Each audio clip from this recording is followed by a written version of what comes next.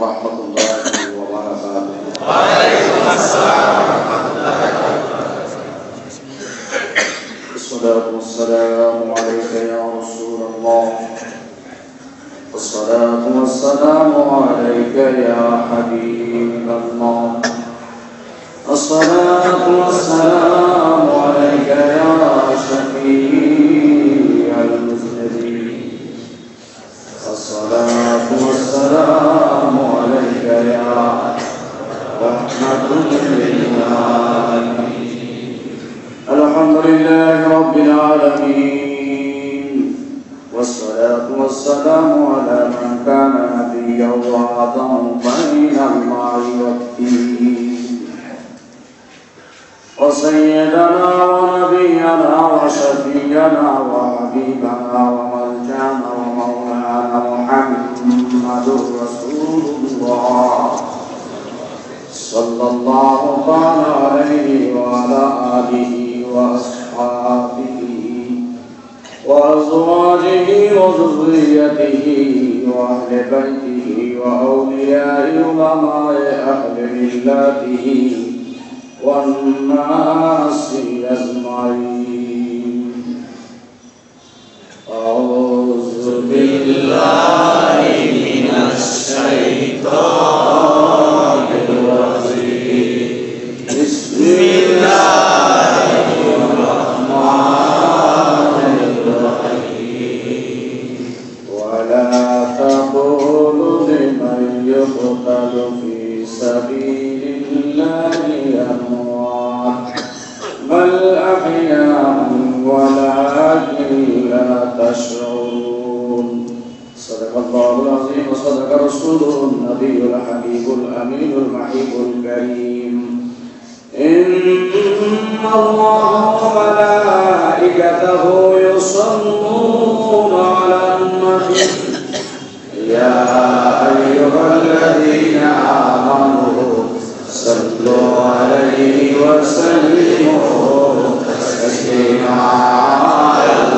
اللهم صل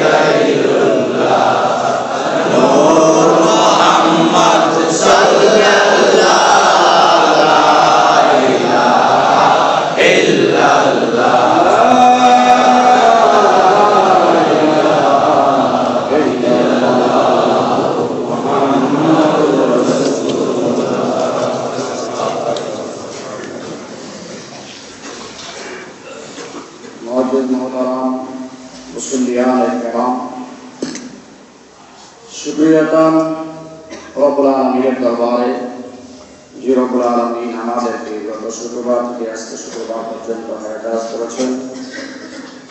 সাথে সাথে পবিত্র জুমার নামাজ পড়ার জন্য মসজিদের মধ্যে উপস্থিত করে দিয়েছেন।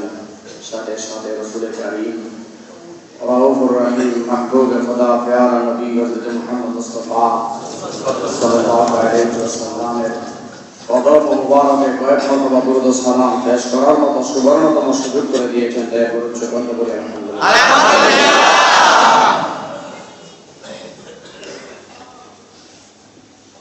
রবিউল আউয়ালের মাস প্রায় শেষ হয়ে যাচ্ছে, শেষ পর্যায়ে। রবিউল আউয়ালের পরে আরেকটা মাস আমাদের সামনে আগমন করতে যাচ্ছে, যে মাসের নাম হচ্ছে রবিউল সানি।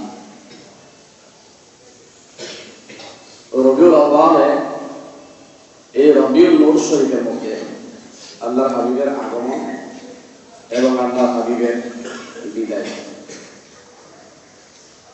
এই রবিউল আউয়ালে হুজুর দুনিয়াতে এসেছেন, রবিউল আউয়ালে হুজুর দুনিয়া ছেড়ে চলে গেছেন।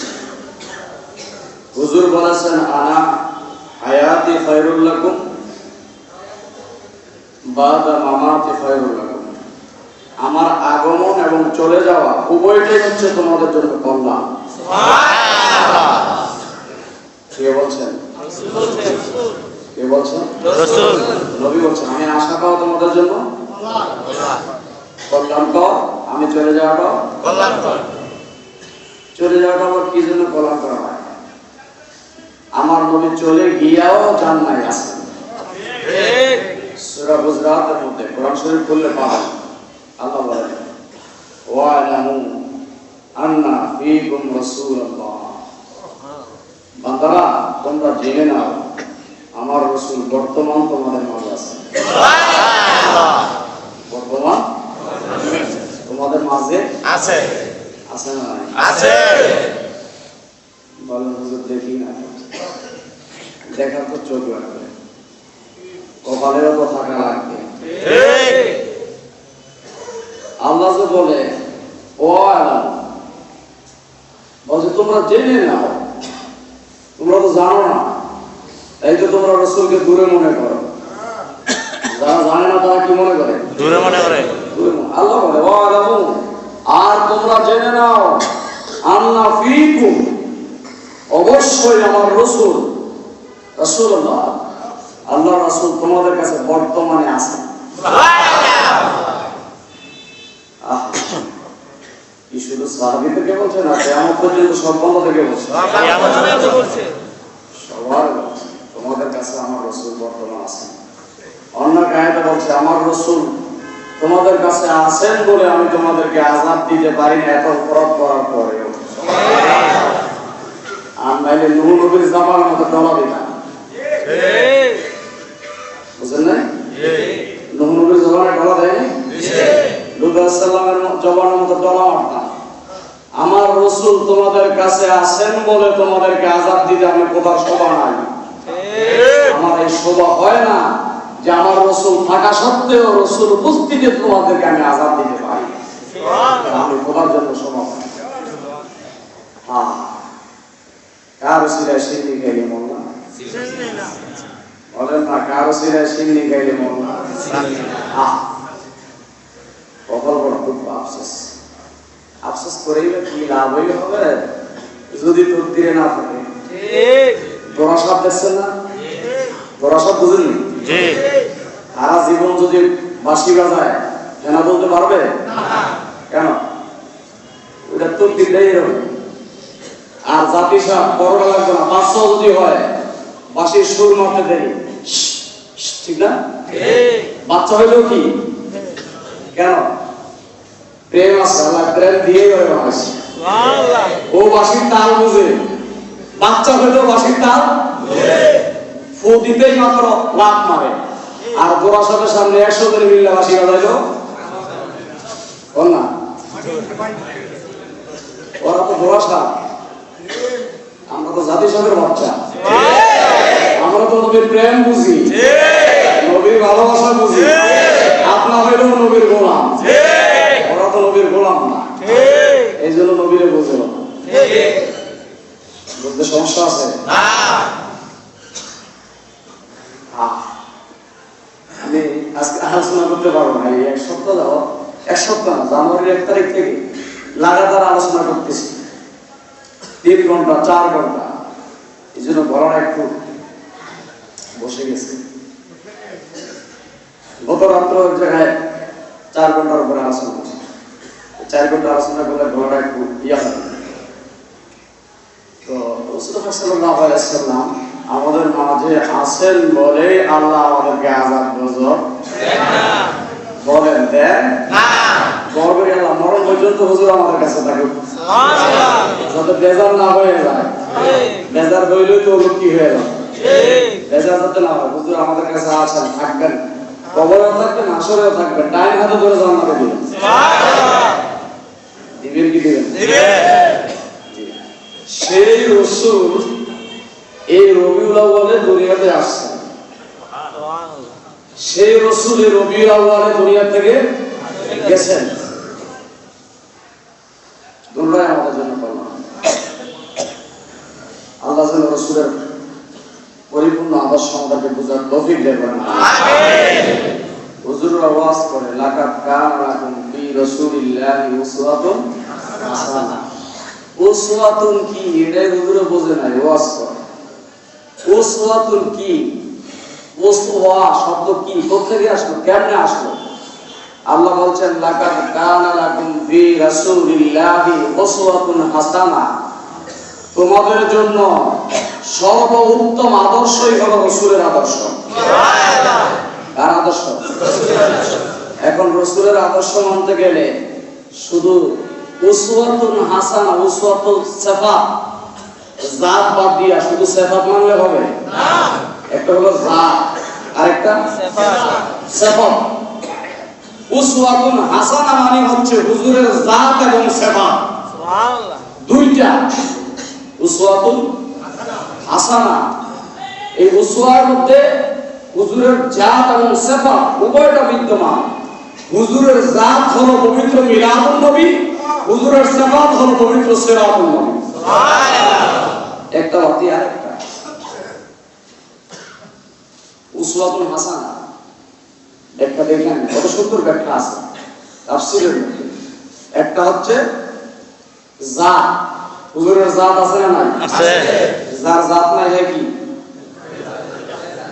এই কথা রাসূলের সামনে বলতে পারবেন যে রাসূলের জাত নাই? না। খেয়াল করে, রাসূলের সামনে কি কথা বলা যাবে রাসূল জাতবিহীন? না। হুজুরের জাত আছে না নাই? আছে। হুজুরের জাতটা হচ্ছে মিলাদুন নবী।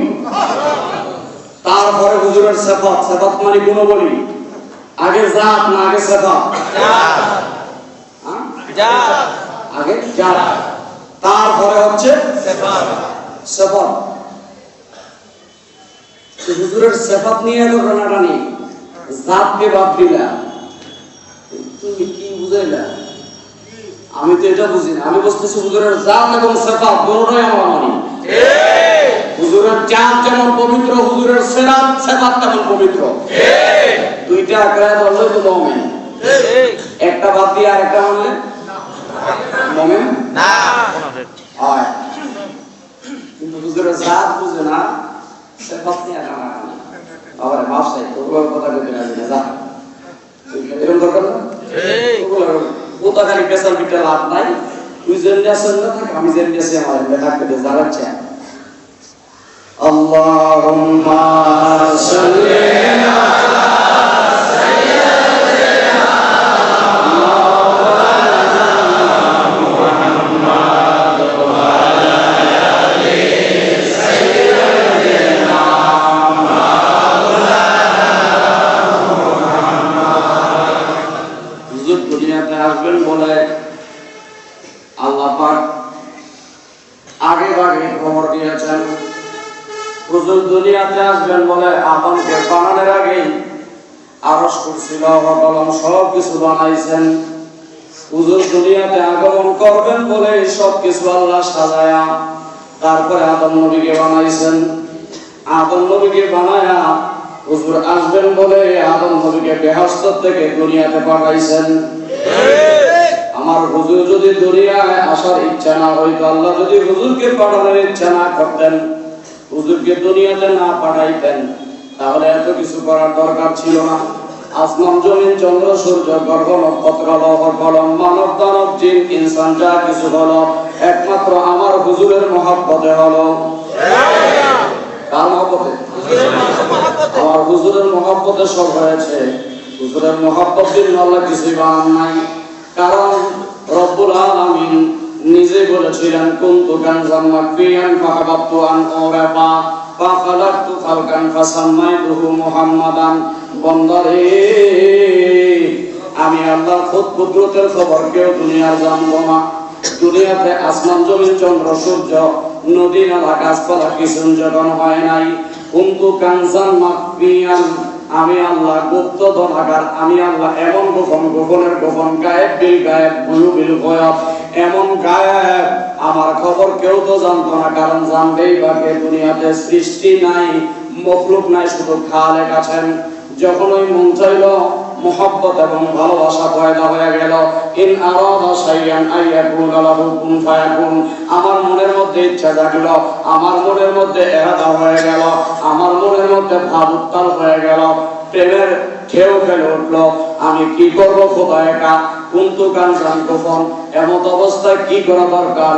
আল্লাহ বললেন আমি তো একা থাকলেই চলবে না, কারণ আমি যে একা খোদা আল্লাহ শরীক, আমার প্রেম খেলানোর জন্য আমি একজনকে বানাইতেই হবে। ফাসাম্মাইতুহু, অতঃপর আল্লাহ কি করলেন? ফাসাম্মাইতুহু মুহাম্মাদান, মুহাম্মদ সাল্লাল্লাহু আলাইহি সাল্লামকে বানানোর উদ্যোগ নিলেন। উদ্যোগ নিয়ে কি করলেন? আল্লাহ পাকের কতগুলো সিফাতের নাম আছে, কতগুলো গুণের নাম আছে, সব সিফাতের নামগুলা একত্র করে দিয়ে রব্বুল আলামিন ওই জাত সিফাতের মধ্যে নিজের জাতের নামটাকে মিশিয়ে দিয়েছেন। সিফাতের মধ্যে নিজের জাতের নামটাকে মিশিয়ে দিয়েছেন। সিফাতের দাম তখনই হয় যখন জাত নামের সাথে সংযুক্ত হয়। জাতের সাথে যদি সিফাত সংযুক্ত না থাকে, ওই সিফাতের কোনো মূল্য থাকে না।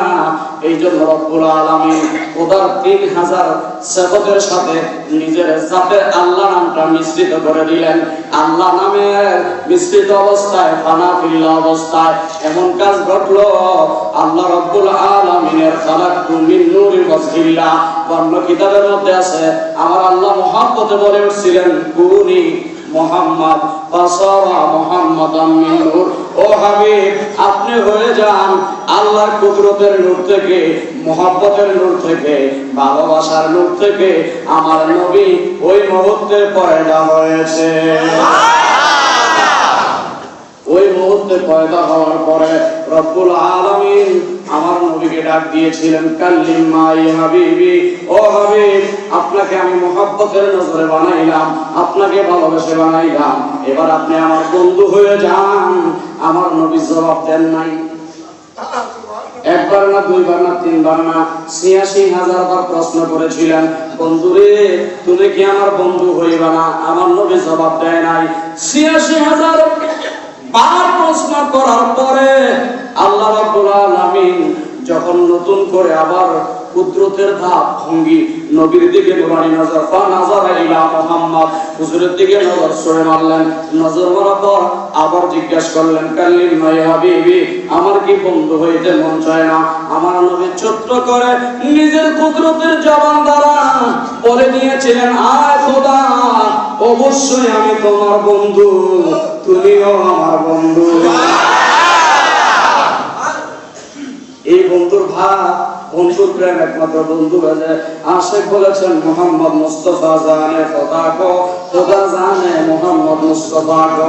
এ জগতের মানুষ, আল্লাহ সম্পর্কে যদি তোমার প্রশ্ন করতে হয়, দুনিয়ার কাউকে প্রশ্ন করলে হবে না। আল্লাহ কে, আল্লাহ কি, আল্লাহ কেমন, আল্লাহর অবস্থান কোথায়, আল্লাহ কি, আল্লাহর জাত কি, আল্লাহর সিফাত কি, যদি দুনিয়াতে কাউকে প্রশ্ন করতে হয় তাহলে একজনকেই প্রশ্ন করো, উনি পরিপূর্ণ জবাব দিতে পারবেন, যিনার নাম মুহাম্মদ মুস্তাফা। কেননা তিনি দুই চোখ দ্বারা আল্লাহকে দেখে এসেছেন। আল্লাহ কেমন, আল্লাহর অবস্থান কোথায়, তিনি কেমন ভাবে আছেন, সম্পূর্ণ বর্ণনা একমাত্র নবী ছাড়া দ্বিতীয় আর কেউ দেওয়ার মতো ক্ষমতা রাখে একমাত্র আমার নবী পারে। কোরআনে বলে দিয়েছেন, আল্লাহ সম্বন্ধে জানতে নবীর কাছে প্রশ্ন করো, আর নবী সম্বন্ধে জানতে দুনিয়ার কারো কাছে প্রশ্ন করলে পাবে না। আমার নবীকে জানতে হলে, নবীকে চিনতে হলে একমাত্র রব্বুল আলামিনের কাছে প্রশ্ন করো। আল্লাহই বুঝেন ওনাকে কেমন করে পয়দা করেছে। নবীর পরিপূর্ণতা, নবীর জাত এবং নবীর সিফাত, এই দুইটা বোঝার জন্য একমাত্র মাওলাকে প্রশ্ন করো। আমার মাওলা জবাব দিয়ে দিবেন যে কি অবস্থা আমার নবীর। যদি প্রশ্ন করি, খোদা গো তোমার নবী সম্বন্ধে আমাকে একটু ওয়াজ করে শোনাও, আল্লাহ রাব্বুল আলামিন এক নম্বরে ওয়াজ করে শোনায়া দিবেন 30 পারা সূরা ফাতরের মধ্যে, আল্লাতী লাম ইউখলাক মিসলুহা ফিল বিলাদ, আমি আমার নবীর মতো করে পৃথিবীতে দ্বিতীয় আর কাউকে বানাই না। এক নম্বর ওয়াজ এটা, আল্লাতী লাম ইউখলাক মিসলুহা ফিল বিলাদ, আমি আমার নবীর মতো করে পৃথিবীতে আর কাউকে বানাই না। নবীর মতো কেউ আছে না? নবীর মতো করে কাউকে বানাই না। ও খোদা, আরেকটু ওয়াজ শোনায় দেন আপনার হাবিবের সম্বন্ধে। আল্লাহ বলে, বান্দারে ওয়াজ শোনা না, আমার বন্ধু এমন একজন নবী করে পাঠাইলাম, ওয়ারাফানা লাকা যিকরাক, আমার হাবিবের শান এত উচ্চ মাকামে নিয়েছি, দুনিয়ার কাউকে এত মাকাম দেই নাই। না, এত মাকাম কিন্তু কাউকে দেন না। কারণ ঈসা নবীর মতো একজন নবীও বলছিল, ও আমার উম্মতেরা, আমি দুনিয়া থেকে চলে যাওয়ার পরে আমার পরে একজন নবী আসবেন, তার নাম হবে আহমদ অথবা মুহাম্মদ। হে আমার ভক্তরা, হে আমার মুরিদারা, হে আমার আশিকেরা, হে আমার পাগলেরা, আমার গোলামেরা, আমি থাকাকালীন যদি ওই আহমদ নবী এসে যায়, ঈসা আলাইহিস সালাম সেরকম একটা দুরূদ পড়তো যে আমি থাকা অবস্থায় যেন আমার নবী আসে। আমার নবী যদি এসে যায়, তাহলে আমার নবুয়ত ক্যান্সেল করে আমি আখিরি নবীর গোলাম হয়ে যাব। ঈসা নবীর মতো একজন ব্যক্তিত্ব আমার নবীর গোলামি করার জন্য পাগল। এই জন্য ঈসা নবী প্রতি রাত্রে কয়েকশো বার দুরূদ শরীফ পড়তেন আমার নবীর নামে। কোন দুরূদ শরীফ? আল্লাহুম্মা সাল্লি ওয়া সাল্লিম বারিক আলা হাবিবিনা আহমদ, আল্লাহুম্মা সাল্লি ওয়া সাল্লিম বারিক আলা হাবিবিনা আহমদ। এইভাবে আমার নবীর নাম ধরে ধরে ঈসা আলাইহিস সালাম দীর্ঘক্ষণ দুরূদ শরীফ পড়েছেন। আল্লাহ বলে, ঈসা রে এত পাগল কেন বলে?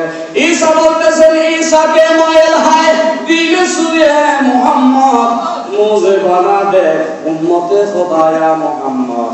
ও খোদা, আমার এই জগতের নবী না বানায়া আখিরি নবীর উম্মত যদি তুমি বানায়া দিতা, তাইলে আমার জীবনটা ধন্য হয়ে যেত। কারণ এই জমানার নবী হওয়া বড় কথা নয়, আখিরি নবীর উম্মত হলো সবচেয়ে বড় কথা। ও জুরাইনবাসীরা, ও বিভিন্ন এলাকার লোকেরা, জীবনত একদিন আবদার করো না আখিরি নবীর উম্মত বানাও। মুসা নবীও কাঁদছে, আল্লাহ আখিরি নবীর উম্মত করো। আদম নবীও কইছে, আমারে কেন পাঠাইলা, আমারে ওই নবীর উম্মত করে কেন পাঠাইলা না? সব নবীরা আমার নবীর উম্মত হওয়ার জন্য পেরেশান, গোলাম হওয়ার জন্য পেরেশান। আমরা তো একদিনও খোদার দরবারে ফরিয়াদ করি নাই, ও আল্লাহ আমাদেরকে নবীর উম্মত বানাও।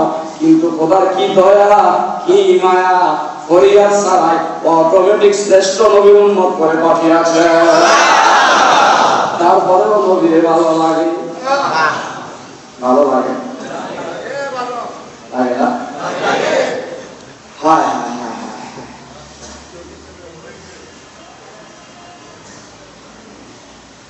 ইচ্ছে জাগে আমাদের যেতে মদিনা, ইচ্ছে জাগে আমাদের যেতে মদিনা, ইচ্ছে জাগে চুমু খেতে সোনালি রওজা, ইচ্ছে জাগে আমাদের যেতে মদিনা, ইচ্ছে জাগে আমাদের যেতে মদিনা, ইচ্ছে জাগে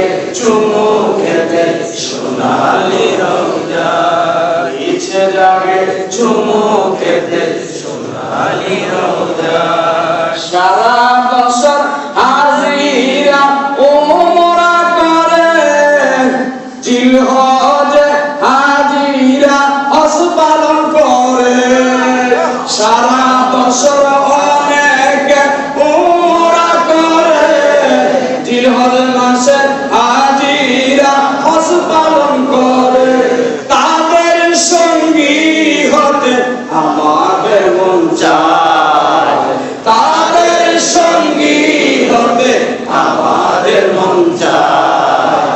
ইচ্ছে জাগে চুমু খেতে সোনালি রোজায়, ইচ্ছে জাগে চুমু খেতে সোনালি রোজায়। ইচ্ছা আছে না? আছে। মহান ইচ্ছা থাকলে অনেক সময় যাওয়া সম্ভব না, যদি প্রেম ভালোবাসা না থাকে। প্রেম ভালোবাসা যদি থাকে, আমার মদিনার নবী কোনো না কোনো ভাবে নিয়েই যাবেন। প্রেম নিয়ে একটু রাখবেন না হাবিবকে। আমি হৃদয়ে এঁকেছি তোমার ছবি, আমি হৃদয়ে এঁকেছি তোমার ছবি, মদিনাওয়ালা, আমি হৃদয়ে এঁকেছি তোমার ছবি, মদিনাওয়ালা। নবীকে সিনায় রাখেন, দেখবেন অটোমেটিক সলভ হয়। হয় না? হয় না? বলেন। হয়ে যায়, হয়ে যায়। আমি কোরআনের আয়াত তেলাওয়াত করলাম, ওয়ালা তাকুলু মাইয়াতাল ফি সাবিলিল্লাহি আমওয়াত বাল আহইয়ান ওয়ালাকিন লা তাশউরুন। এই আয়াতের ব্যাখ্যার মধ্যে তাফসীরে বুখারী শরীফের মধ্যে কিতাবুত তাফসীর সুন্দর করে লেখা হয়েছে আমার নবীকে কিভাবে ভালোবাসতেন সাহাবায়ে কেরামরা। নবীর জন্য জীবন দিতে পেরেশান হয়ে যাইতেন। হযরতে আবু বকরের জামানায় আমার নবী জাহিরি ভাবে দুনিয়াতে নাই, পদার্পণ করেছেন। আবু বকরের খেলাফতকালে হযরতে আকরাম নামে একজন যুবক সাহাবী আমার নবীকে তিনি অল্প কিছুদিন দেখেছেন, বেশি দেখেন নাই। এই কয়েকদিন দেখা মাত্র তিনি নবীর প্রেমে সারাক্ষণ পাগল পাড়া হয়ে থাকতেন। কতক্ষণ নবীর প্রেমে যাবেন, কতক্ষণ নবীর কাছে যাবেন। নবী যেই দিন বিদায় নিয়েছেন, তারপর থেকে নবীকে তিনি না পায়া আবু বকরের কাছে বারবার সময় দিতেন, আর আবু বকরকে ডিস্টার্ব করতেন। ভাই আবু বকর, একটু বলো আমার নবীকে আমি কোন জায়গায় গেলে সশরীরে দেখতে পারি। বারবার যারা যন্ত্রণা করতেন। আবু বকর বললেন, ভাই রে, হে আকরাম, তুমি যুবক মানুষ, নতুন বিবাহ করেছ, মাত্র 21 দিন হয়েছে। কতদিন? 21 দিন হয়েছে। আকরাম রে, তুমি একটু ঘরের মধ্যে সময় দাও। আকরাম বলে, হুজুর ও সিদ্দিক আকবর, আমি তো সময় দিতে ইচ্ছা লাগে, কিন্তু পারছি না আমার রাসূলের মহব্বতে। কার মহব্বতে? রাসূলের মহব্বত এমনটাই আমাকে উদ্গ্রীব করে রেখেছে। আমি ঘরে গেলেই হয় রাসূলের কথা মনে হয়, নাই তোমাদের কথা মনে হয়। আমি আর ঘরে থাকতে পারি না। আমি 5 ওয়াক্ত নামাজ মসজিদে নববীতে পড়া ছাড়া আমার ভালো লাগে না। হুজুর বললেন, ঠিক আছে। আবু বকর বললেন, ঠিক আছে, তাহলে তুমি 5 ওয়াক্ত নামাজ পড়বে, জামাত সেটা আদায় করো। আর ফজরের জামাতে যদি আসতে না পারো, তাহলে তুমি ঘরের মধ্যে আদায় করে নিও, কষ্ট করার দরকার নাই। সিদ্দিক আকবর আইনটাকে একটু হালকা করে দিলেন। হযরত আকরাম একদিন নিজের স্ত্রীর সাথে বিশ্রাম করলেন। বিশ্রাম করার পরে একটু গোসল সারতে দেরি হয়ে গেল, ফজরের নামাজটাও তার কাজা হয়ে যাবে। এমন অবস্থায় একবার কপালে থাপ্পড় দেয়, আরেকবার মুখে থাপ্পড় দেয়। আরে হায়, কি অবস্থা হলো, কেন যে বিবাহ করলাম? বিবাহের কারণে আমার জীবনে নামাজ কাজা হয় না রাসূলের কদমে গিয়া। বিবাহের কারণে আজকে আমার ফজরের নামাজটাই সর্বপ্রথম কাজা হতে যাচ্ছে। আমি আমার নবীর দরবারে কি করে মুখ দেখাতে পারি? এই কথা বলে বলেন একটা থাপ্পড় কপালের মধ্যে দেয়, আরেকটা বুকের মধ্যে দেয়। পাগলের মতো দৌড়ায় বাপরে চুল আলাম, গায়ের মধ্যে কোনো জামা নাই, একটা কম্বল পেছানো, পরনের মধ্যে একটা কম্বল পেছানো, দুই টুকরা কম্বল দুই দিকে দিয়ে হারালে নবীর দরবারে চলে যেত। এখন নবী নাই, আবু বকরের কাছে চলে যায়। যায় দেখতেছেন আবু বকরের ফজরের নামাজ শেষ করে মসজিদের দরজা দিয়ে বাইরে হইতেছেন। মসজিদের দেওয়ালের মধ্যে মাথাকে আঘাত করতে লাগলেন। সিদ্দিক আকবরকে, আকরাম তোমার কি হলো? মাথা কি তুমি এত জোরে আঘাত করতেছে কেন? আকরাম চোখের পানি ছেড়ে দিয়ে কয়, ও সিদ্দিক আকবর, আমিরুল মুমিনিন, আজকে আমি আকরাম ফজরের নামাজ কাজা হয়ে গেছে, এই জন্য আমার মনটা মানতেছে না। আমার রাসূল যদি হাসরের ময়দানে জিজ্ঞাসা করে আকরামারে বিবাহ করার পরে তোমার নামাজটা কাজা হয়ে গেছে, আমি রাসূলের সামনে কি করে মুখ দেখাতে পারি? এই জন্য হুজুর আমার মনে মানায় না, দুনিয়াতে থাকলে কি লাভ, না থাকলে কি লাভ, হুজুর আমি মরে যাওয়াটাই ভালো।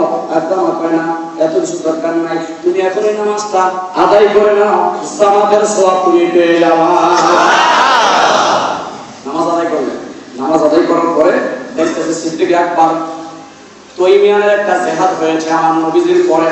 সিদ্দিক আকবরের সাথে সিদ্দিক আকবর আমার নবীজির হুকুম বাতিলভাবে পাইলেন। স্বপ্ন যুগে আমার নবী বললেন, আবু বকর আগামীকাল তৈমিয়ানের মধ্যে জিহাদ হবে, হে আবু বকর তুমি আমাদের সাহাবায়ে কেরামদেরকে 3 জন সেনাপতি বানাবে, 3টা গ্রুপ করে তুমি তৈমিয়ানের মধ্যে চলে যাবে, তোমরা অবশ্যই জিহাদে জয় হবে। আবু বকরকে খবর দিয়ে গেলেন। আকরামা দেখতেছেন একজন একজন করে সেনাপতি বানাচ্ছেন। 2 গ্রুপের সেনাপতি শেষ হয়ে গেছে, আর 3য় নম্বর গ্রুপের মধ্যে সেনাপতি কাকে দিবেন? হযরত আকরামা যুবক মানুষ ডাক দিয়ে কয়, আবু বকর ও আমিরুল মুমিনিন, যদি মনে কিছু না নেন তাইলে আমি আকরামাকে ওই গ্রুপের সেনাপতি বানায়া দেন। সুবহানাল্লাহ। আবু বকর তাকায় দেখলো, তুমি না নতুন বিবাহ করেছো, এখনো তো তোমার স্ত্রী দুনিয়ার কোনো স্বাদ বুঝতে পারে নাই, স্ত্রীকে তুমি জিহাদের ময়দানে শহীদ হয়ে যাও তাইলে তোমার অবস্থাটা কি হবে? একরামা বলে, হুজুর এত কিছু চিন্তা করার সময় নাই, আমি আমার নবীর মহব্বতে ছোট্ট জীবনটাকে উৎসর্গ করে দিতে চাই। কি প্রেম, কি ভালোবাসা! হুজুর সেনাপতি বানায় পাঠিয়ে দিলেন। চলে গেল, তৈমানের যুদ্ধ আরম্ভ হয়ে গেল, কাফের অনেক মারা গেল। 1 নম্বরে যিনি মারা গেলেন তিনি হচ্ছে আকরামা, আমার নবীর মহব্বতে শহীদ হয়ে গেলেন, ইসলামের মহব্বতে জীবন দিয়ে গেলেন। এমন একটা আঘাত পড়লো, প্রথম নম্বরে ডাইন হাতটা ছুটে পড়ে গেল, 2য় নম্বরে বাম হাতটা পড়ে গেল, 3য় নম্বরে কল্লাটা এমন জোরে আঘাত করেছে 10 হাত দূরে চলে গেছে। আকরামা শহীদ হয়ে গেলেন। এদিক দিয়ে সিদ্দিক আকবর যুদ্ধ করতে করতে মুসলমানদের এই জয় আসলো, বিজয় হয়ে গেল, ফিরে আসবেন। এদিক দিয়ে আকরামার মা মসজিদে নববীর কাছে গেছে, ফিরে আমার ছেলে কোথায় গেল, নতুন বউ রাইগা কোথায় গেল? মসজিদের দরজায় গিয়ে দেখতেছে কিছু সাহাবায়ে কেরাম মসজিদে নববীর পাহারার মধ্যে আছে। তারা জিজ্ঞেস করলো, খালাম্মা কোনদিন তো আপনাকে মসজিদে নববীর মাঠে দেখি না, আজকে কেন আপনি চলে এসেছেন? আকরামার মা ডাক দিয়ে বলতে, বাবারে আমার ছেলে আকরামা ঘর থেকে আসবার সময় তো বিদায় হয় নাই। সাহাবীরা চোখের পানি ছেড়ে দিয়া বললো, আর আকরামার মায়ের কদম ধরে 2টা সালাম করে বলে, মা তোমার ভাগ্যটা বড় ভালো, কিছুক্ষণ আগে আমরা সংবাদ পেয়েছি তোমার আকরামা তৈমিয়ানের যুদ্ধে শহীদ হয়ে গেছে। আর আমরা রাসূলের জমানায় শুনেছি যারা শহীদ হবে শহীদানদের মা বাবারা আল্লাহ তোজকে দিবে না। ও খালাম্মা আপনি জান্নাতি মানুষ, আপনার কদমটা ধরে একটু সালাম করে নিলাম। আকরামা ডাকিয়া কয়, এ মারিয়া তোমরা কি বলতেছো? আমার আকরামা তো আমার থেকে কইয়া যায় নাই, আমার কাছ থেকে বিদায় নেয় নাই, কি করে তিনি শহীদ হয়ে যাইতে পারে? আরে তৈমিয়ান কোন দিকে? ওই মদিনা থেকে অনেক দক্ষিণে।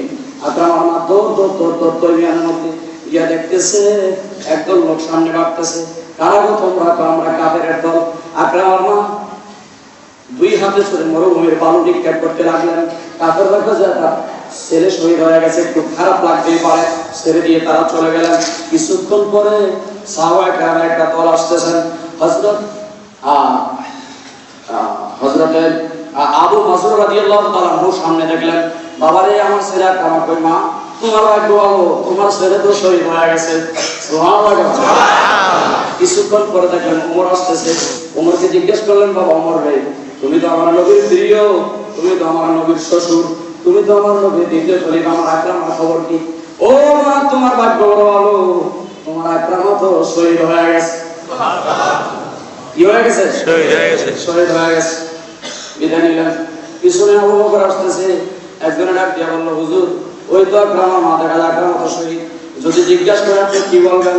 আবু বকর কয়, আমি যদি বলি সবাই যা কিছু বলছে না কেন, আমি যদি বলি আমি তো শেষ বলার মতো আছি। আমি যদি বলি আকরামা শহীদ হয়ে গেছে, তাই আকরামার মা হয়তো কলিজা কয়টা মারা যাইতে পারে। আকরামার মা যদি মারা যায় আমার মনে অনেকটা কষ্ট হবে, আর রাসূলের প্রেমে মারা গেছে আমার মনে যদি কষ্ট হয়, আমি সিদ্দিক আকবর হয়তো বা বেঈমান হয়ে যাওয়ার সম্ভাবনা আছে। আমি কি জবাব দিব? তিনি লক্ষ্য করলেন, ওয়ালা তাকুলু লিমান ইয়াক্তালু ফি সাবিলিল্লাহি আমওয়াত। এই আয়াতের অনুবাদ হচ্ছে যারা আল্লাহর রাস্তায় মারা গেছে তাদেরকে মৃত বলিও না। আবু বকর কয় যে আল্লাহ তো কইছে যারা শহীদ হয়েছে তাদেরকে মৃত বলতে না করছে, তো আমি এই আয়াতের দিকে লক্ষ্য করে বলে দিব তোমার আকরামা মরে নাই। এক্সেলেন্ট। এই আয়াতের দিকে লক্ষ্য করে বলে দিব তোমার আকরামা মরে নাই। আবু বকরের সামনে এসে গেল, ওরে বাবা আবু বকর, আমার আকরামা কোথায়? ওগো মা, তোমার আকরামা তো মরে নাই, তোমার আকরামা আছে। বিদানের মধ্যে পড়ে গেছে। ওমর তো তোমাদের মিথ্যা বলতে, তিনি বলছে মারা গেছে। সাহাবীরও আরেক দল গেছে বলছে মারা গেছে। আবু বকর হচ্ছে সিদ্দিক শ্রেষ্ঠ, তিনিও তো মিথ্যা বলতে পারে না। কোনটা বিশ্বাস করো? কোনটা বিশ্বাস করবো? কেমন হলো? বিদানের মধ্যে পড়ে গেল। আবু বকর তুমি কেউ কি? ওমর বলে কি? বলে তোমরাই ঠিক আছে। সুবহানাল্লাহ। কুল্লু নাফসিন যায়কাতুল মাউত। এই দৃষ্টিকোণ থেকে আকরামা মারাই গেছে, শহীদ হয়ে গেছে। আমি যে দৃষ্টিকোণ থেকে বলছি তিনি জীবিত আছেন। ওয়ালা তাকুলু লিমান ইউক্তালু ফি সাবিলিল্লাহি আমওয়াত। তারা তো মরে না, তারা জীবিত, তাদেরকে মরা বলা যাবে না। এ বলে আবু বকর চলতেছেন। আল্লাহ রাব্বুল আলামিন জিবরাইলকে ডাকলেন অথবা কোন ফেরেশতাকে ডাকলেন, হে ফেরেশতারা তৈরিয়ানের যুদ্ধে যাও, হযরত আকরামাকে কবর থেকে উঠাও, হাতের জায়গায় হাত লাগাও, বডির সাথে কল্লাবি করো, বেহেশতের পানি দিয়া গোসল দাও, বেহেশতের জামা কাপড় পরাও, বেহেশতের গোড়া দিয়া আকরামারে মায়ের কাছে পৌঁছায়া দাও।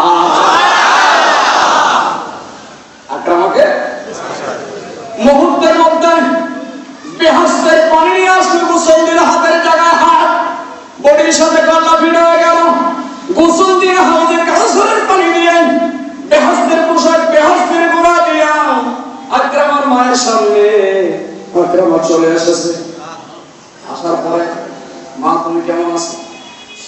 বাবা তুই না বলে মারা গেছে। ওমর কইছে এখন কোনটা বিশ্বাস করো? আবু বকর তো সত্য হলো। আমার মনে ওমর কি আবার রাসূলের পরে কোন একটু ব্যতিক্রম হয়ে গেল কিনা মনে মনে চিন্তা জাগলো। একটা মা এই সমস্ত দুর্লভ চিন্তা মনের মধ্যে আনবেন না, কারণ ওমর যা বলেছে তাও সত্য, আবু বকর যা বলেছে তাও সত্য। এই বাবা দুইটা কথা কেমনে সত্য হয়? ও মা, ওমর যে দৃষ্টিকোণ থেকে বলেছে সেটা কোরআনের আয়াত, কুল্লু নাফসিন যায়কাতুল মাউত। তিনি শহীদ হয়ে গেছেন, সেটা তো সত্য কথা। আমি শহীদ হয়ে গেছিলাম, কথাটা বাস্তব। ও মা, আপনি বেহুশ হয়ে যাবেন, কলিজা ফাইটা মারা যাবেন। আবু বকর আপনার মনটা রক্ষা করার জন্য তিনি হাকিকতের অর্থ বলছে, জাহিরি অর্থ বলেন নাই। হাকিকতের অর্থটা শোনা যাওয়ার কারণে আল্লাহ পাক আবু বকর সিদ্দিকের জবানটাকে ঠিক রাখার জন্য, আবু বকর জীবনে মিথ্যা বলে নাই, আবু বকরের জবানটাকে ঠিক রাখার জন্য আমারে হাউজে কাউসারের পানি দিয়া গোসল করায়া, বেহেশতের পোশাক পরায়া, গোড়া দিয়া নতুন জীবন দিয়া ওরা আপনার দুয়ারে পাঠায়া দিছে। এই উমরের কথাও মিথ্যা নয়, সিদ্দিক আকবরের কথাও মিথ্যা নয়। আবু বকর কি নবী? তিনি সাহাবী। যারা সাহাবী বেলায়েতের যুগে সবাই বলি আল্লাহ, তাহলে এদেরকে স্বয়ং আল্লাহ নিজে হেফাজতের দায়িত্ব নিয়েছে। এরা কোনোদিন মিথ্যা বলতে পারে না। যারা আল্লাহর বন্ধু, আল্লাহর প্রিয় হয়ে যায়, তাদের জবান দিয়ে কোনো মিথ্যা বাহির হয় করে নাকি? ঠিক হলো প্রেম, এ হলো ভালোবাসা। আবু বকর এমন পাগল হয়েছে নবীর প্রেমে, আবু বকরের জবানকে আল্লাহ সাক্ষ্য রাখার জন্য একজন মৃত্যুকে পর্যন্ত জীবিত করে দিয়েছে। কি প্রেম, কি ভালোবাসা, কি মহব্বত ছিল। আর এখন কি প্রেম, কি ভালোবাসা। এই দরকার আছে না নাই? আছে। আল্লাহ বলছেন ওয়ালা তাকুলু লিমান ইউক্তালু ফি সাবিলিল্লাহ। যারা আল্লাহর রাস্তায় নিহত হয়ে গেছে, আল্লাহর রাস্তায় যারা জীবন দিয়েছে, তাদেরকে মৃত বলিও না। বলেন তাদেরকে মৃত বলিও না। বাল আহইয়াউন, বরং তারা জীবিত। কোরআনের অন্য আয়াতে বাল আহইয়াউন ইনদা রাব্বিহিম ইরযাকুন, তারা শুধু জীবিতই নয়, তাদেরকে রবের পক্ষ থেকে রিজিক দেওয়া হয় কবরে। রিজিক কি মরা খায় না জিন্দা খায়? জিন্দা খায়। জিন্দা। একজন শহীদ, তিনাকে যদি আল্লাহ মরা বলতে নিষেধ করে দিয়েছেন, স্বাভাবিক পর্বে অবশ্যই মরেছেন। মরার পর আল্লাহ যেহেতু আল্লাহর রাস্তায় নবীর মহব্বতে জীবন দিয়েছেন, মরার পর আল্লাহ তাদেরকে মৃত বলতে নিষেধ করেছেন। এইবার সাহাবায়ে কেরামরা শহীদ আমরা বড় না, আমার নবী বড়। নবীর কদমে যাওয়ার কারণে মরে যাওয়ার পরেও তাদেরকে মরা বলা নিষেধ করছেন। তাহলে আমার নবী দুনিয়াতে এসেছে, তিনি ইন্তেকালের পরও কি মরে গেছেন না জীবিত আছেন? হ্যাঁ, আজ শহীদের চেয়ে হাজার হাজার গুণ মর্যাদা নবীদের বেশি না? শহীদ হইতো না নবীদের সঙ্গে যদি সময় না দিত। তাইলে শহীদের মর্যাদা যদি এমনটা হয়, মরে যাওয়ার পরও মোরা বলতে পারবে না আমার নবী দুনিয়া থেকে বিদায় হওয়ার পরে তোমরা কেমনে বলো নবী মরে গেছে? তোমরা বলো নবী মিলাদুন নবী করলা, মৃত্যু দিবস করলা না, বুঝা গেল তোমাদের মনে শয়তানি। আল্লাহ কইতেছে শহীদানরা মরে নাই, মরাও বলা যাবে না, নবীরাও মরে না, তাদেরকে মৃত বলে ধারণাও করা যাবে না। যদিও বাহ্যিক দৃষ্টিতে বিদায় নিয়েছেন ঠিক, কিন্তু নবীদেরকে যদি কেউ মরা বলে ধারণা করে, সাথে সাথে ঈমানটা চলে যাবে, কুফর হবে, কাফের হয়ে যাবে। নবীদেরকে মরা বলা যাবে না, নির্দেশ কার? আল্লাহ। শুধু এটাই বলে না, ইনদা রাব্বিহিম ইরযাকুন, আমার রবের পক্ষ থেকে তাদেরকে খানাও দেয় কবর। শুধু তাই নয়, আমার নবী বলেছেন আল আম্বিয়া ওয়াল আউলিয়া ওয়া আহইয়াউন ইউসাল্লুনা কুবুরিহিম ওয়া ইয়াহুজ্জুনা। তোমরা মনে করো নবীরা মারা যায়, নবীরা মারা যায় নাই, ওলি আল্লাহরা মারা যায় নাই, তারা শত কবরে জীবিত, তারা কবরের মধ্যে নামাজও পড়ে। সুবহানাল্লাহ। জিন্দা নামাজ পড়ে না, মরা নামাজ পড়ে। নবী বলেছেন আল আম্বিয়া আহইয়াউন ইউসাল্লুনা ফি কুবুরিহিম, নবীরা মরা কবরে জিন্দা, তারা কবরের মধ্যে নামাজ পড়ে। ওয়া ইয়াহুজ্জুনা, হজের মাস এসে গেলে তারা কবর থেকে স্বয়ং মক্কাতে চলে যায়, তারা হজ করে আসে। হাদিস খুলে দেখো, নবীরা মরে না। এই মরে নবীরা? ওরা যদি মরে যায় ইসলাম থাকে না? বুঝাবে কথা। আমার নবী আছে না? আছে। ওই যে বললাম ওয়ালামু আন্না ফীকুম রাসূলুল্লাহ, জেনে নাও আমার নবী বর্তমান তোমাদের কাছে আছে। জোরে বলেন নবী আছে না নাই? আছে। কার কার কাছে আছে? আছে তো? আছে। আছে। মাশাআল্লাহ, মাশাআল্লাহ। আমার সঙ্গে বলেন, বলে রে আকাশ বল, বলে রে বাতাস বল, বলে আকাশ বল, বলে বাতাস বল, আমার ঘরে দয়াল নবী, আমার ঘরে দয়াল নবী কবে আসবে বল, বলে রে আকাশ বল, বলে রে বাতাস বল, বলে রে আকাশ বল, বলে রে বাতাস বল, আমার ঘরে দয়াল নবী, আমার ঘরে দয়াল নবী কবে আসবে বল, বলে রে আকাশ বল, বলে রে বাতাস বল। আছে না? আছে। নবীর দরকার আছে না? আছে। কিন্তু নবীর এখন বড় দরকারই নাই। আলহামদুলিল্লাহ। এই মিয়া, আজকে থেকে যারা বলবেন যে আল্লাহর সাথে নবীরে লাগাইলে শিরক হয়, আমি তাদেরকে উদ্দেশ্য করে বলে দিলাম, আপনি একজনে জিজ্ঞাসা করছে কেমন আছেন, একজনে কইতেছে আল্লাহ আল্লাহ রাসূল আমাকে ভালো লাগছে, আরেকজনে দাঁড়ায় কইতাছে শিরক। কয়টা? এখানে শুধু এই কথা কইবা আল্লাহ আল্লাহ ভালো লাগছে, আল্লাহ আল্লাহ রাসূল কইলে শিরক হইব। আজকে থেকে বলে দিলাম, নাম তোমাদের যে নাম রাখছো, এই নামের সাথে আল্লাহর নাম ব্যবহার করবা, মুহাম্মদ লাগাইতে পারবা না। মুহাম্মদ নাম এত শিরক হয়ে যায়, আল্লাহর নামের সাথে নবীর সংযোগ করলে শিরক হয়ে যায়। তো তোমার নামের আগে যে মুহাম্মদ আব্দুর রহমান, মুহাম্মদ আব্দুর রহমান না লাগায় আল্লাহ আব্দুর রহমান লাগায় দেখো, এটা মারিতে পড়ে না, পিঠে পড়ে। হ্যাঁ, লাগে আল্লাহ মিলাদ লাগায়, আল্লাহ কামালউদ্দিন লাগায়, আল্লাহ জাফরউদ্দিন লাগায়, আল্লাহ নাসিরউদ্দিন লাগায়। এই নামের আগে মোহাম্মদ আছে না? আল্লাহর সাথে নবীর নামটা লাগাইলে শিরক হয়ে যায়। আল্লাহর সাথে নবীর সংযোগ করা যাবে না। তোমার নামের সাথে নবীর সংযোগ করো কি করে? তোমার নামের আগে মোহাম্মদ লাগায় বসে আছো, মোহাম্মদের নাম দিয়ে নিজের নামকে সম্মানিত করলা, আর আল্লাহর নামের সাথে মোহাম্মদের নামটাকে তোমার গায়ে আগুন জ্বলে। তোমার মতো শয়তান পৃথিবীতে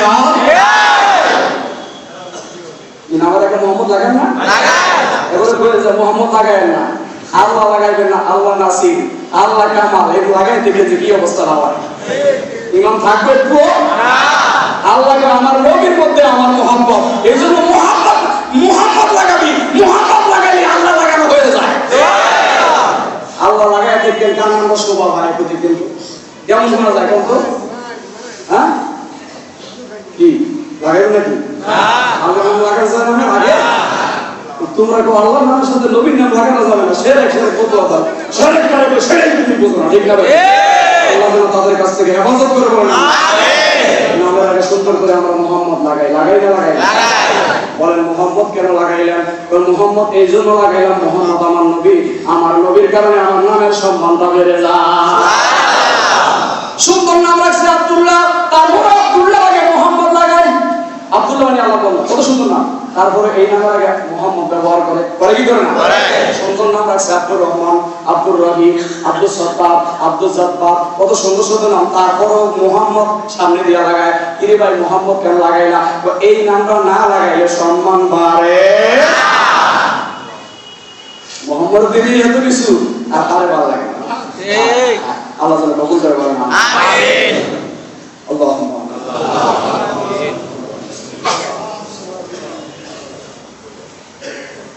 برحمتك يا ارحم الراحمين. الصلاة والسلام عليك يا حبيب الله. الصلاة والسلام عليك يا شفيع المذنبين. الصلاة والسلام عليك يا رحمة للعالمين. اللهم آمين. الحمد لله رب العالمين والصلاة والسلام على سيد الأنبياء والمرسلين وعلى آله وصحبه أجمعين. ربنا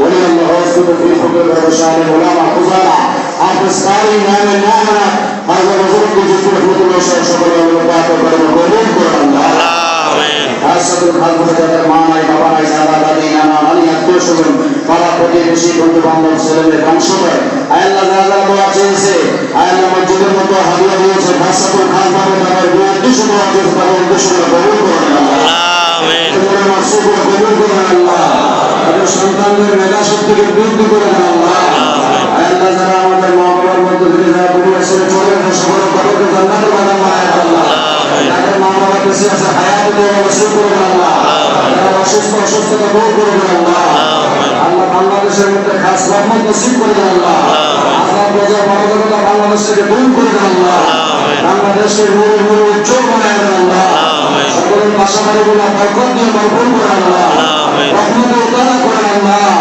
সকলের অন্তরকে নূরে উজালা করে আল্লাহ সকলকে আল্লাহ নবীর পাবন্দি হওয়ার তৌফিক দেন আল্লাহ رب ارحمهما كما ربياني صغيرا الله هذا بيت الله زيارة رسول الله نصيب করে আল্লাহ আল্লাহ যারা পাগল পাওয়া হয়ে চলে আসে সকলকে আমার নবীর গোলামের মধ্যে শামিল করে দেন আল্লাহ সাহাবায়ে কেরাম যেভাবে ভালোবাসতো সেভাবে ভালোবাসার তৌফিক দেন আল্লাহ যেই পথে চললে যেই মতে চললে তুমি খুশি সেই পথে আমাদেরকে চালাও আল্লাহ ربنا تقبل منا انك انت السميع العليم اللهم بارك على نبيك تهيئ زمان زريق لا ইলাহা ইল্লাল্লাহ